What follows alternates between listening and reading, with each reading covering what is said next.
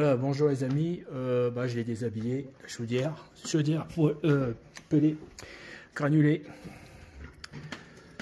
Donc, j'ai de l'expérience quand même en chauffage fuel et gaz. La bougie, elle a même pas un mois et voilà, elle est morte. Le problème, on ne trouve pas la bougie, on ne trouve pas le même modèle. Donc là, ma femme a commandé et le vendeur lui a dit que ça allait sur ce modèle de chaudière. Donc la chaudière, c'est une Flavia. Le vendeur, c'est une chauffage. Elle l'a commandé par Cdiscount. Et donc ça, c'est le vendeur. Je ne sais pas si c'est le fabricant, je ne me rappelle plus. Et donc dessus, c'est marqué chauffage français. Voilà. Alors grâce à un monsieur, là vous avez, c'est un tubage à double ventouse, donc à double flux on peut dire. C'est-à-dire que dedans vous avez un tuyau, un petit tuyau, donc c'est pour évacuer les fumées, et à l'extérieur, donc ce tuyau là qu'on voit aspire par, vous voyez ce que j'éclaire, par ce ventilo. Donc c'est un extracteur d'air d'extérieur, quoi. Et en aspirant l'air pour la combustion, qui passe par en dessous, là, ici.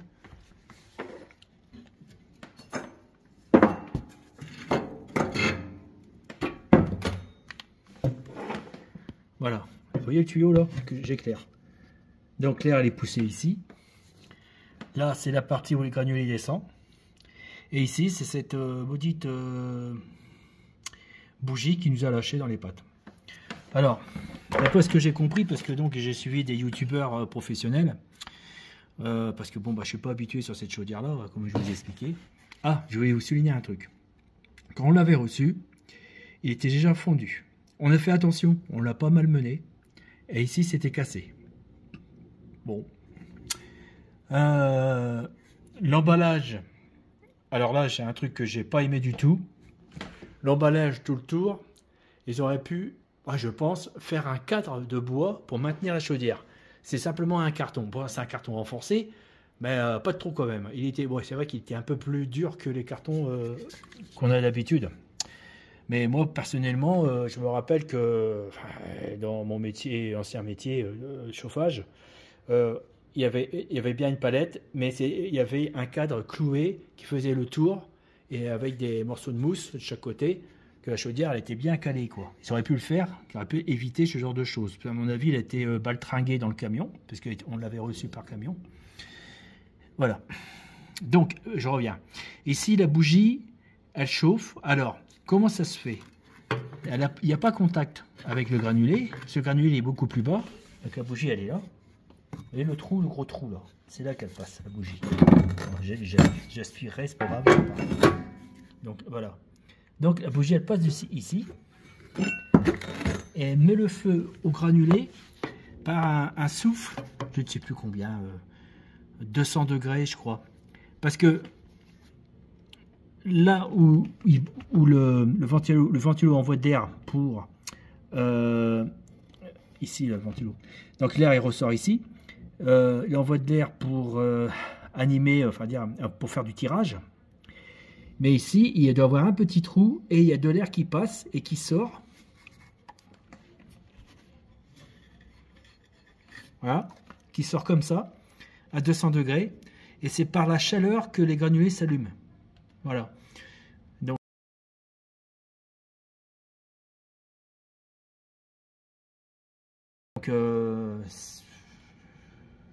enfin bon, c'est 200 degrés. Bon, moi, je croyais que c'était plutôt 500. Mais bon, ce granulé-là, il doit s'enflammer un peu plus facilement. Voilà. Donc, il y a, la bougie n'est pas nécessairement obligée. Elle est peut-être un peu rouge, mais voilà. À savoir, pourquoi? Parce que ça peut être une future panne.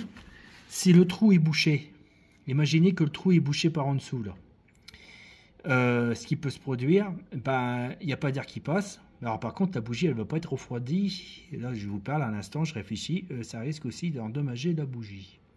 Je vais l'enlever et je vais voir s'il n'y a pas le petit trou. S'il n'y a pas de petit trou, je ne sais pas comment je vais faire d'ailleurs, pour savoir. Donc là, je ne sais pas si je vous l'ai dit. Vous voyez le tube là, ici? Le tube que j'éclaire. Attends. Voilà.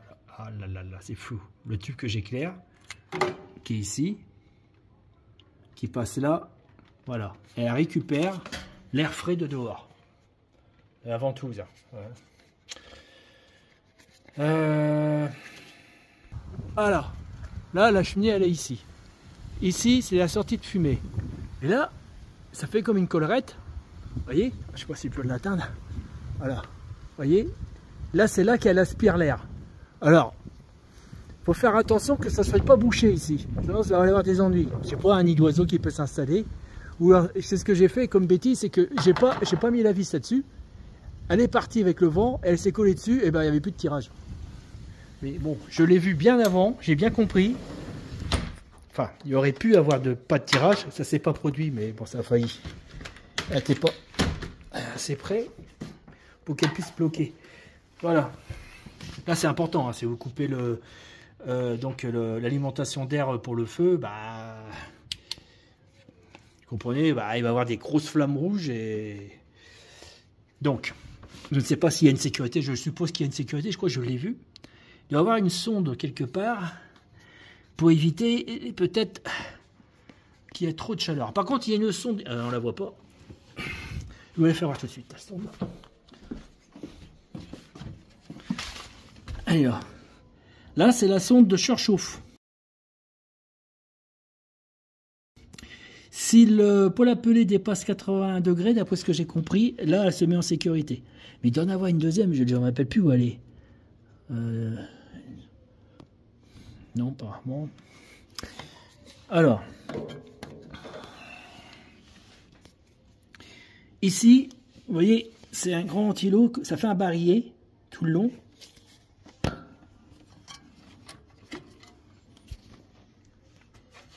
Oh. Je vais l'éteindre. Là, pour éteindre, c'est derrière. Là, ça éteint manuellement. Après, vous pouvez l'éteindre sur le tableau de bord.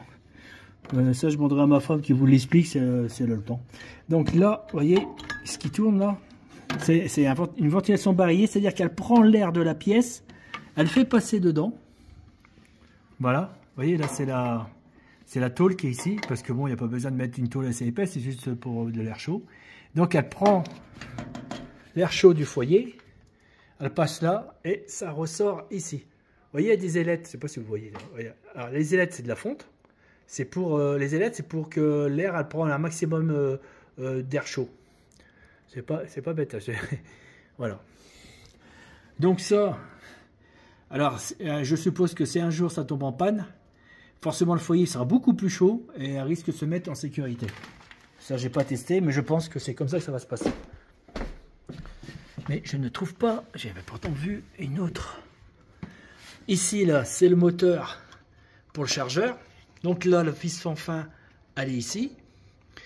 Le moteur, c'est un moteur... je ne me rappelle plus comment on appelle ça. Elle n'a pas de... Elle n'a ni de balai. Vous savez, c'est les moteurs qui se servent pour les disques durs, mais beaucoup plus gros. Je ne me rappelle plus le nom du moteur, bah, je vous le dirai. Voilà.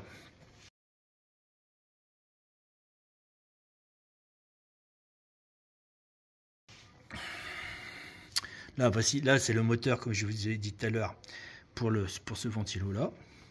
Donc si un jour ça ne fonctionne pas, faut sonder ici pour voir si ça n'a pas cramé. Bon, après, ça peut être aussi la carte électronique. Et ça c'est le microprocesseur qui a un programme intégré. Et apparemment, il doit prendre la pression du foyer. Et pour la stabilisation, et peut-être aussi pour une sécurité aussi. Si, par exemple, imaginez s'il n'y a pas assez de tirage, et ben le microprocesseur, enfin le programme qui est intégré, le logiciel, on va parler de logiciel, il coupe le chargeur, il coupe la bougie, et puis bon, vous avez du pelé, des flammes, des petites flammes, mais c'est plus soufflé, quoi. Tout est tombé, tout est arrêté. Donc le pelé va terminer à brûler, va continuer à brûler. Il fait un peu chaud, un peu plus chaud, ça nous est arrivé. Puis c'est tout, quoi. Il n'y a pas plus de danger que ça. Là, voilà, ça. À mon avis, ça, je parie que c'est une sonde de température ici. Ouais, je suis pas sûr, mais ça y ressemble. Mais par contre, elle est protégée pour la chaleur. Vous voyez, elle est gainée. Pourquoi? C'est bizarre. Ça, ici, le bleu, c'est gainé. C'est-à-dire, c'est toilé. C'est une toile spéciale pour la chaleur. C'est pareil. La bougie, c'est pareil. Donc, ça veut dire qu'ici, il fait très très chaud, quoi. Alors, ils mettent ça, je suis d'accord, mais puis ils mettent du plastique. Ça aurait pu mettre ça en fer. Et ça, c'est en plastique. Et c'est aussi près du foyer et c'est pas protégé avec. Voilà. Est-ce que le tube, est-ce que c'est un tube en. Ah, je ne me rappelle plus. En téflon. C'est pas du téflon. Je me rappelle plus. En silicone qui résiste à la chaleur, je ne sais pas. Enfin, ça me paraît bizarre. Bon, là, le voyez, ça rentre quand même dans le foyer. Alors peut-être que c'est moins chaud ici. Allez savoir. Qu'est-ce qu'il y a encore? Sur la carte, c'est une carte alimentation à découpage. Je l'ai démontée. Alors ça à savoir, parce que ce qui nous est arrivé, c'est que la société a dit qu'il fallait la réarmer par derrière. Et là, vous voyez, il y a le trou de réarmement. Et... Attends. Il n'y en a pas. Alors là, ils n'ont pas su nous expliquer. C'est vraiment pas gentil du tout. Ou alors, ils sont incompétents. Ça vend de la chaudière et c'est incompétent. Ça, c'est horrible ce qu'ils nous ont fait faire. Parce qu'on a passé une semaine dans le froid, parce qu'il gelait dehors. Bien sûr, ça tombe en panne quand il gèle, hein, sinon c'est pas drôle. Je vous raconte pas, en Sélécaille à mort dans la maison. Enfin bref. Bon, nous sommes les hommes du Nord, on est quand même un peu plus dur, mais c'est désagréable. Bon, on était retour à l'ancienne. Voilà, bah, le matin, c'est bonnet, pull, chaussettes, et voilà. Bon, on s'en sort bien, et puis boire du chocolat chaud ou du café bien chaud. Voilà. Vu qu'on est de Picard. Donc, bon, bah, c'est pas la Sibérie. Hein. Ici, il y a un relais. Attends, si je me rappelle, je sais plus où il est. Le relais, je ne sais plus s'il doit être en bas ou en haut, je ne me rappelle plus. Je crois qu'il est là, le relais. Ici, il y a le relais. Je dis, mais pourquoi ils ont mis un relais sur l'alimentation à découpage? Bon, là, vous avez un microprocesseur. Ici. Je ne vous le démontre pas parce que je signale qu'on l'a reçu. Regardez, cassé. Les fixations. Vous voyez, cassé. Vous voyez, cassé. Il y a les vis, mais il n'y a plus le plastique. Le plastique est biodégradable. Les plastiques sont là. Voilà. Vous voyez? Et c'est pas moi, hein. Mais je me suis aperçu que le plastique, il se dégradait. Il est fissuré, je sais pas, comme si que c'est un mauvais plastique, mais enfin, mais il est tout neuf et bah voilà quoi. Ah, autre observation. Ils nous l'ont livré sans réduction. Non mais c'est quand même, franchement, là franchement je suis pas content du tout. Alors ça c'est la réduction qui a été donnée pour la chaudière, parce qu'il peut s'installer sur d'autres, certainement sur d'autres modèles de cheminée. Mais bon. La société Sun quelque chose, Sun Chauffage, là, c'est elle qui vend. Quand même, elle devrait être au courant, parce qu'elle nous vend ça. Le tubage, il est vendu à part. C'est, je sais plus la marque du tubage. C'est quoi la marque du tubage? Dinac. Et ce que j'ai fait, c'est que j'ai mis un collier. Ça, c'est un collier qu'on trouve dans les VMC, enfin dans les grandes surfaces, vous l'avez au prix de 2 pour 10 €. C'est hyper cher. En plus, ces colliers-là, de toute façon, j'ai un de ces quatre, je vais en commander à AliExpress et ça va coûter les 2 €. Parce qu'en France, on est, vous voyez, les taxes et puis bon, bah, et les vendeurs. Voilà, bref. Donc, cette société aurait pu nous vendre quand même, nous dire attention, il faut prendre la réduction pour le raccorder. Ah bah non, ils n'ont rien dit. Alors, tu te démerdes. Alors, je me suis démerdé, j'ai pas acheté la réduction. En plus, la réduction elle est hyper chère, ça a un bout de caoutchouc. Pff. Mais bon, il y a de l'abus quand même. Je sais plus combien ça coûtait, mais j'ai trouvé très cher. Peut-être une trentaine d'euros, je ne me rappelle plus. Plus de 30 euros. Un bout de caoutchouc. Et ici, je vous ferai voir dans la vidéo, si j'arrive à faire un montage, il y a des joints intégrés intérieurs qu'il faut mettre. Et bon, il y a beaucoup de youtubeurs qui expliquent hein, dedans. Et ben, vous savez pas, et ben, la société de la cheminée que j'ai citée tout à l'heure, que j'ai oublié, et ben, ils nous livrent la cheminée, donc il y a en plusieurs pièces dans les cartons, mais sans joint. Et bon, et ça a été un vrai bordel. Mais bon, j'ai trouvé les joints d'une autre marque et ça s'est adapté. Et très important, c'est un joint intérieur, pas ici, mais dans l'autre petit tuyau. C'est pour éviter de mélanger la fumée avec l'air froid de dehors. C'est-à-dire que vous allez renvoyer de la fumée dans le foyer. Je ne sais pas, peut-être que j'y comprends pas. Ou peut-être qu'ils n'en mettent pas du tout, mais enfin, si on n'en met pas, c'est pas étanche. J'y comprends pas leur truc, je sais pas. Bon, à vrai dire, c'est la première fois que je le monte, hein. Je suis pas habitué. Là, vous avez le tableau de bord. Donc, il y a un second microprocesseur intégré à l'intérieur, je suppose, qui doit gérer certainement les touches. Donc, il y a deux microprocesseurs. Il y a certainement un, on appelle ça un esclave, c'est-à-dire un microprocesseur qui travaille pour l'autre microprocesseur. Je ne sais pas où il est le maître. Il y a un esclave et un maître. Voilà. Alors, ce qui s'est passé, il y a eu la panne. On a cherché partout. Ils nous disent, l'année dernière, comme je vous ai dit, pour faire la mise à zéro. Il n'y en a pas. Il n'y a pas de bouton de mise à zéro. Et la panne, à chaque fois, je vais vous faire voir, ça nous a coûté tout ça en fusible. Avant qu'on comprenne qu'un monsieur très gentil qui fait du dépannage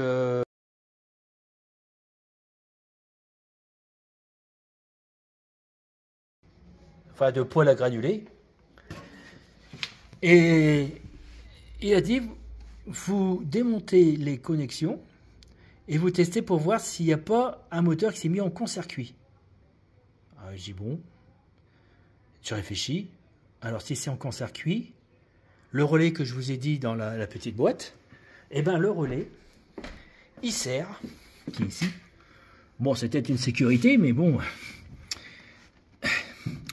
Le relais qu'ici, il sert simplement, quand il y a un défaut, le relais s'active et met en court-circuit volontairement pour faire sauter le petit fusible qui se trouve là, dans le tiroir. Voilà. Là, vous avez un petit tiroir, ici, là, et vous avez plusieurs fusibles.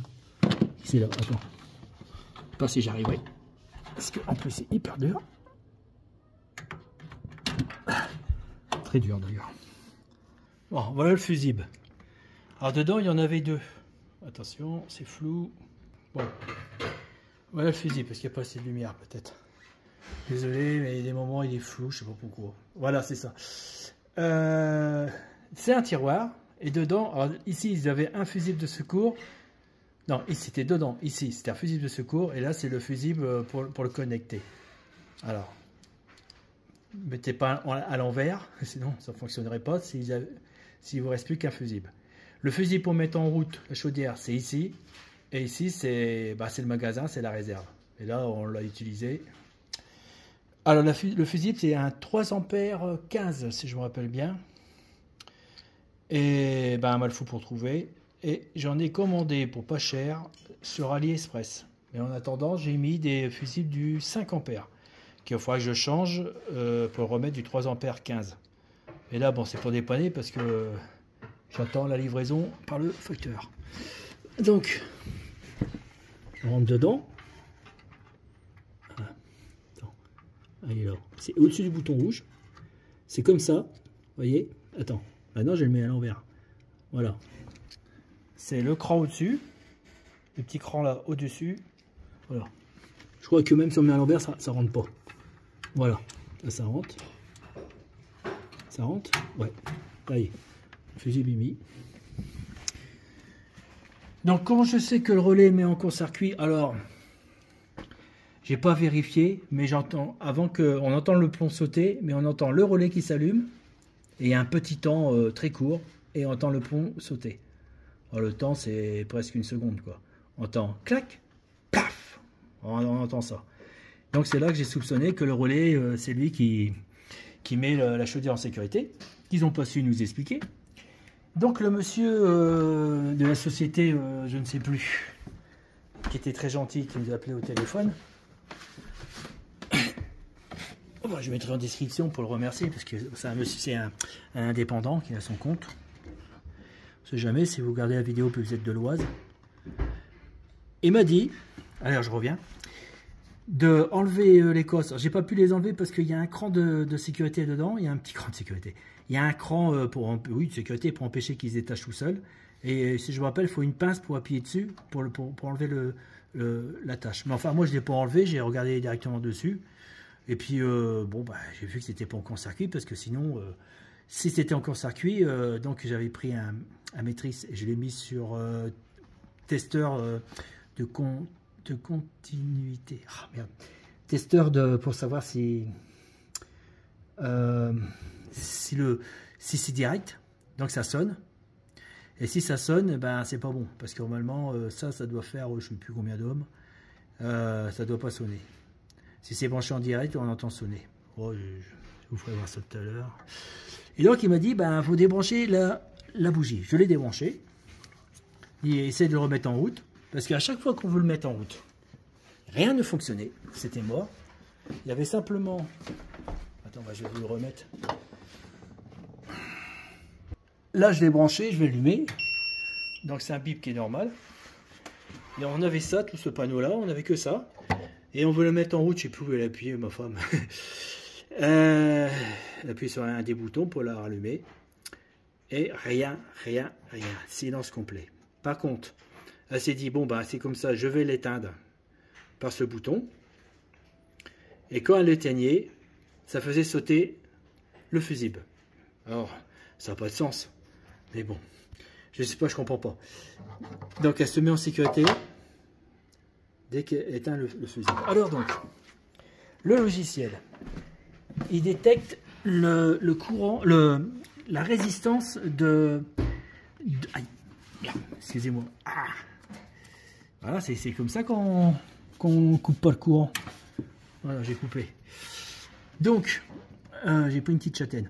Donc là, qu'est-ce que je veux dire? Le logiciel, là, vous voyez, elle est là, la bougie. Je vais vous l'éclaire. Le bout blanc qui dépasse. Donc, il doit mesurer la résistance de la bougie. Je ne sais pas comment il fait. Moi qui ai fait de l'Arduino, moi c'est possible, hein, on peut le faire.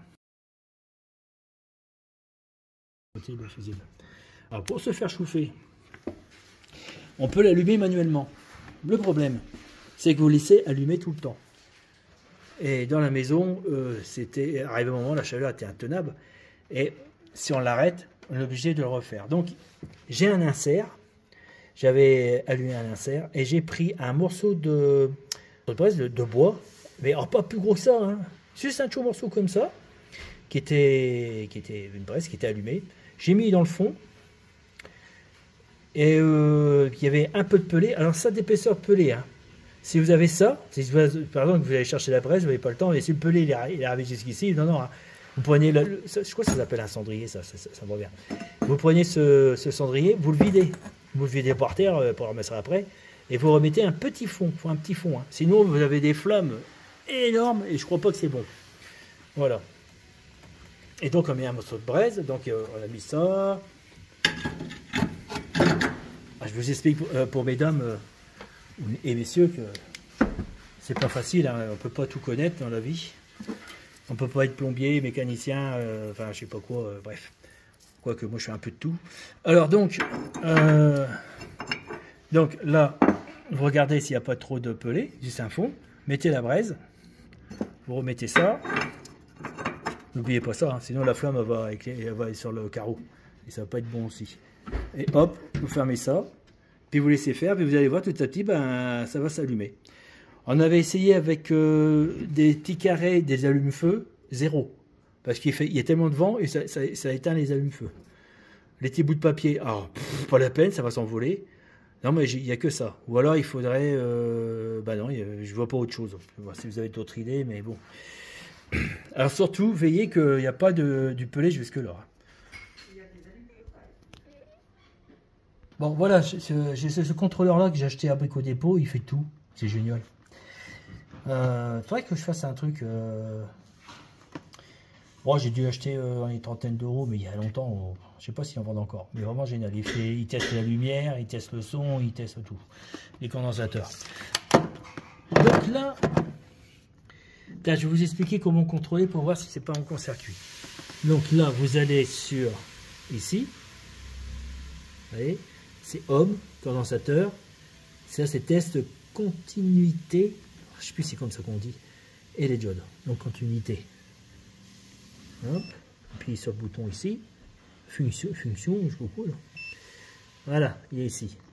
Donc là, si on touche la tête ferraille là, ok.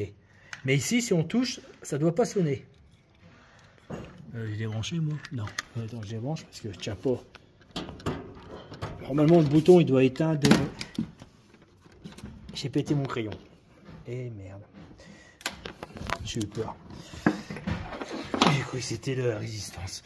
Là, je contrôle la bobine et ça ne doit pas sonner. Voilà. Là, vous voyez, ça sonne pas. C'est que c'est bon. Ça sonne un tout petit peu.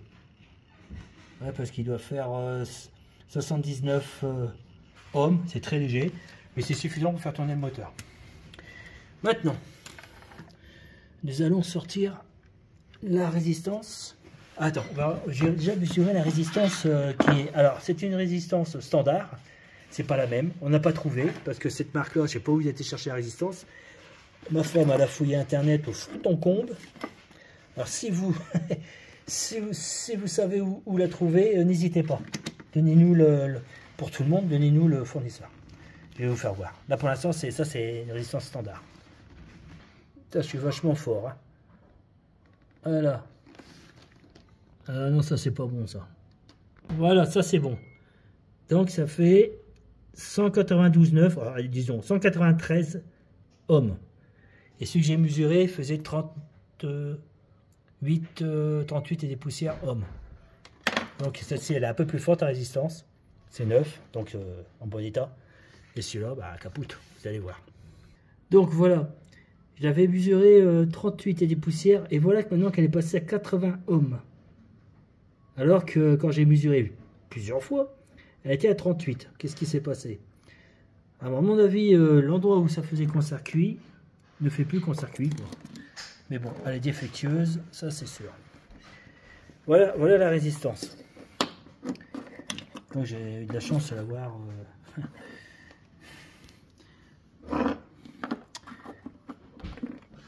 Il y a cette partie. Ouais, c'est à peu près ça. Il manque un petit peu. Ça, j'avais tracé là. Et là. Ça, c'est ici. Donc, il manque presque 1 cm de longueur. Mais bon, le monsieur a dit que ça va très très bien. Alors, j'espère que ça, c'est standard. Ça va se visser dessus. Donc lui, je vais l'enlever avec la petite vis, comme je dis, sur le côté. J'ai tiré dessus, mais l'autre partie, elle est restée là-bas. Donc il faut que je la démonte. Parce que ça, si, là, c'est serti, ça. Vous ne pouvez pas l'enlever. Non, vous l'enlevez avec une clé de 17. Ok, là. Attends. Voilà. Vous voyez là? C'est ça. Avec une clé de 17, vous l'enlevez. Donc, là, je vais signaler, enfin, c'est pas sympa pour les dépanneurs. Ici, là, vous avez un bout de métal qui a été découpé. Donc, c'est découpé par une presse. Attends, il est là. Voilà, le bout de métal, il est là. Vous ne le verrez pas. Si vous le voyez un peu dépassé. Et bien, ils n'ont pas bavuré. Et je me suis ouvert le doigt. Donc, j'ai pris un papier de verre. N'hésitez pas à prendre un papier de verre. Et vous passez un coup de papier de verre pour enlever les bavures. Si vous ne le faites pas, ben, l'année prochaine, ben, vous allez vous ouvrir le doigt. Donc faites-le. Donc là, ça y est, 17. Aïe, putain la vache. C'est pareil. Hey, c'est pas ébavuré. C'est pas possible, ça m'énerve. Qu'est-ce que ça leur coûte d'ébavurer? Qu'est-ce que ça leur coûte d'ébavurer, franchement? Voilà. Oh, c'est grand. Allez. Voilà, voilà. Est-ce que c'est le même pas? Oh, j'ai un problème.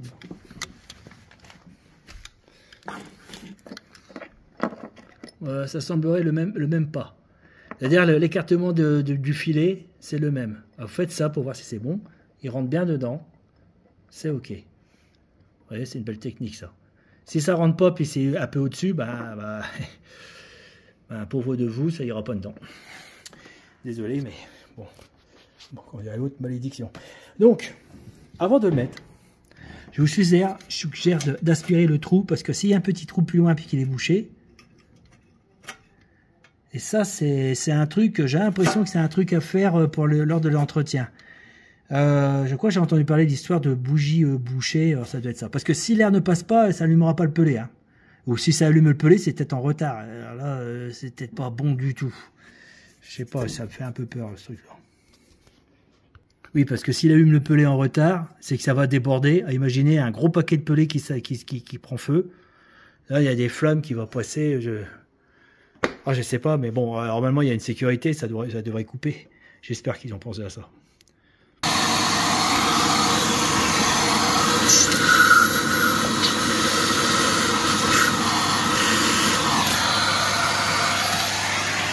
Là, je me suis posé une question. Il manque de la longueur quand même. Et j'espère que ça ne va pas créer une petite fuite d'air. Je ne sais pas. Peut-être pas, remarque. L'étanchéité ne se fait pas là. Elle doit se faire à la collerette, ici. C'est-à-dire que le tube en métal va taper ici. Puis ça va être bon. Alors, c'est pas une étanchéité parfaite. Mais il vaut mieux pas qu'il y ait un petit filet d'air qui sort de ce côté-là. Rappelez-vous, le petit filet d'air, il va faire 200 degrés. Hein. Alors, ça risque de faire fondre les câblages. Donc, il faut bien serrer ce genre de choses. Bon, j'étais descendu dans mon vide sanitaire qui sert d'atelier. C'est un atelier de nain. Alors donc, par bonheur, j'avais acheté ça. Ça, vous trouvez assez facilement par AliExpress. Hein. C'est un truc pour les voitures. Ah, je sais pas si je vais trouver le bon modèle, par contre. Alors, le modèle, c'est ça. Mais j'ai bien l'impression que, pour une fois, ça va être du... Oh, attends. Ah là là. Apparemment, j'ai le modèle. Mais il n'est pas isolé. C'est le même. Pas isolé.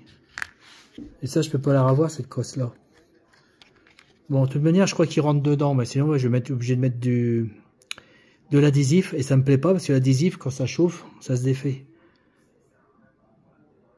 Bon, je mets ça en attendant, de l'adhésif. Et je vois si je peux pas mettre un tube de plastique supplémentaire. Ou peut-être que ça rentre dans la... Parce qu'il y a une deuxième cosse qui rentre dedans. Peut-être ça va être protégé. Je vais bien voir. Bon, donc j'ai la pince. Alors, donc il n'y a pas de sens à repérer. C'est une résistance, que ce soit branché phase, neutre et phase, il n'y a pas de problème là-dessus. Voilà, on le met dedans. Il ne faut pas que ça dépasse trop. Hein. Alors, donc, vous voyez là, j'ai introduit la bougie. Là, vous voyez. Voilà. Là, vous voyez deux petits morceaux. Attends, si on peut l'agrandir. Voilà. Oui, attends. Voilà. Vous voyez les deux petits morceaux? Ben, c'est les morceaux de l'ancienne bougie. Et c'est ça qu'il faut virer. Pourtant, j'ai aspiré avec l'aspirateur, mais bon, pas assez suffisant. Faut que je recommence l'aspiration. Il faut absolument tout nettoyer. Voilà.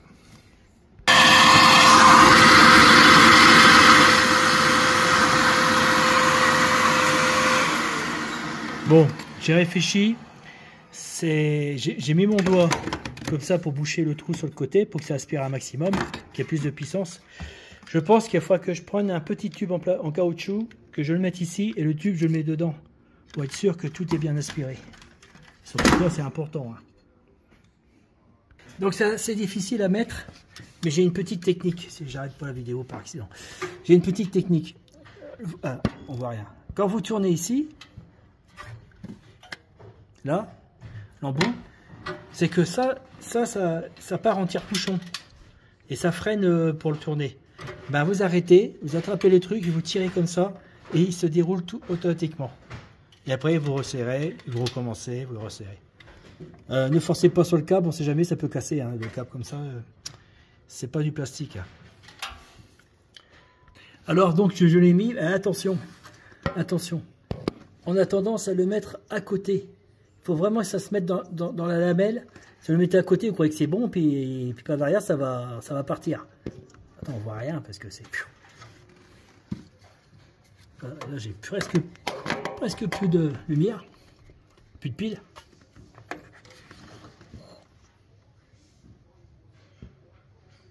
Voilà. Je vais vous expliquer tout de suite. Donc là, vous avez un plat, et quand vous le mettez, ce plat-là, il est dans une cosse, on ne le voit pas. Et avec l'épaisseur de la cosse, vous avez tendance à le mettre. Et j'ai cru que j'étais dedans, et heureusement j'ai vérifié. Quand vous voulez, là. Je l'ai mis à côté. C'est-à-dire ici. Voilà. Je l'avais mis comme ça. Alors ça a bloqué parce qu'avec l'épaisseur de la cosse, j'en ai pas. Je peux pas vous faire voir. Ah voilà. Parce que là, sur l'autre, il y a une épaisseur de cosse comme ça. Qui entoure celui-là.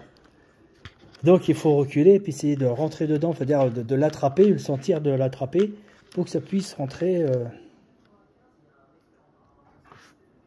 comme ça. Voilà, ça rentre comme ça. Enfin là, j'ai pas rentré à fond. Hein. Par contre, j'ai regardé que c'était cosse qui se bloque. J'espère que je pourrai l'enlever facilement. Parce que là, il y a un cran d'arrêt là. J'aurais dû prendre un tournevis et de le foutre en l'air. Bon. Peut-être qu'il suffit de tirer un peu plus fort. Parce qu'il y a plusieurs modèles. Là, c'est un cran d'arrêt, mais apparemment, je crois qu'on peut tirer et que ça se dégage. Il y en a d'autres, c'est une petite butée, en sens inverse, comme un crochet. Il faut le rentrer dedans, puis pour le sortir dedans. Et là, il faut le tournevis pour le dégager. Bon, bah, il n'y a plus qu'à faire la mise en route pour voir si ça fonctionne. Et ça, je laisse ma femme faire parce que je ne sais plus sur quel bouton il faut appuyer. J'ai plutôt étudié le dépannage que le tableau de bord qui est là-haut. Il faudrait que quand même je regarde parce qu'un de ces quatre, j'aurais peut-être besoin de le faire moi-même. Bon là, il faut juste faire un essai. Il faudrait que je le nettoie, mais... Attends, je suis bête, j'ai l'aspirateur, j'ai pas pour longtemps. J'ai tourné l'aspirateur. Ouais, le problème, c'est que c'est la sonde fine et ça a tendance à boucher le filtre de l'aspirateur. Donc, nettoyer l'aspirateur, ne forcez pas. Sinon, vous allez avoir des problèmes. C'est l'aspirateur qui va tomber en panne. C'est pas le pelé, le chauffage pelé. Voilà. Alors là, je suis pas content du tout, du tout. Je savais que pour un temps, ça fumait et ils ont dit que c'était normal. Regardez le joint. Il n'est pas derrière le carreau. Et là, vous avez un filet d'air. Si je veux, je peux le sortir. Il n'y a pas de problème. Là, le joint, il est derrière. Là, il est sur le côté. C'était fabriqué où, ça? Mais c'est... De toute façon, ils prennent plus le temps de fabriquer les choses maintenant. Alors, donc, là, j'ai desserré à mort. Là aussi, mais pas là. Parce que si je desserre là et là, le carreau, il descend. Et je crois que ça va être galère pour remettre ça en place. Donc, là, derrière, légèrement, j'appuie légèrement, hein, pas... Et avec une clé Allen, je glisse le joint comme ça. Alors, c'est pareil, quand vous serrez, c'est légèrement. Légèrement, sinon, paf! J'aime pas ça. Alors là, tout va bien. Et il accepte la sonde. Et ça n'a pas disjoncté. La bougie, pardon. Donc là, il est en phase nettoyage.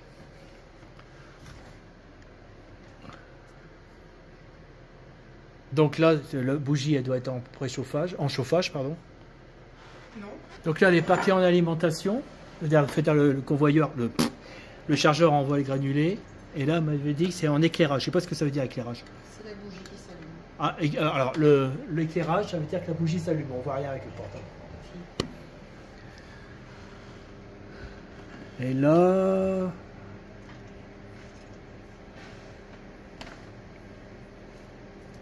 Mystère. Donc là, on voit la braise. bien chaud. Mais c'est beaucoup plus long pour l'allumage. Hein. Et vu qu'il manque sur la longueur, il manque à peu près 8 mm. Je sais pas si ça joue. Ça fume pas.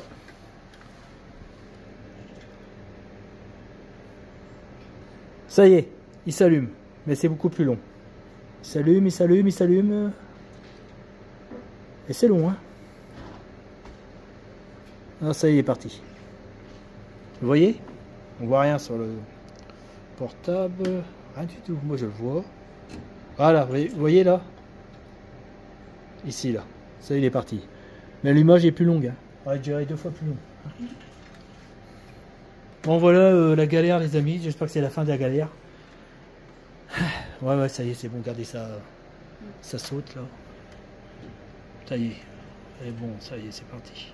Super, parce que là, le chauffage était obligé de chauffer toute la journée parce qu'on pouvait, pour éviter de le rallumer, mais ici c'était infernal. Là. Il y avait je sais pas combien de degrés, mais là maintenant ça va être, la température va être régulière et ça, on va économiser le pellet parce que quand c'est en continu, c'est un sac par jour.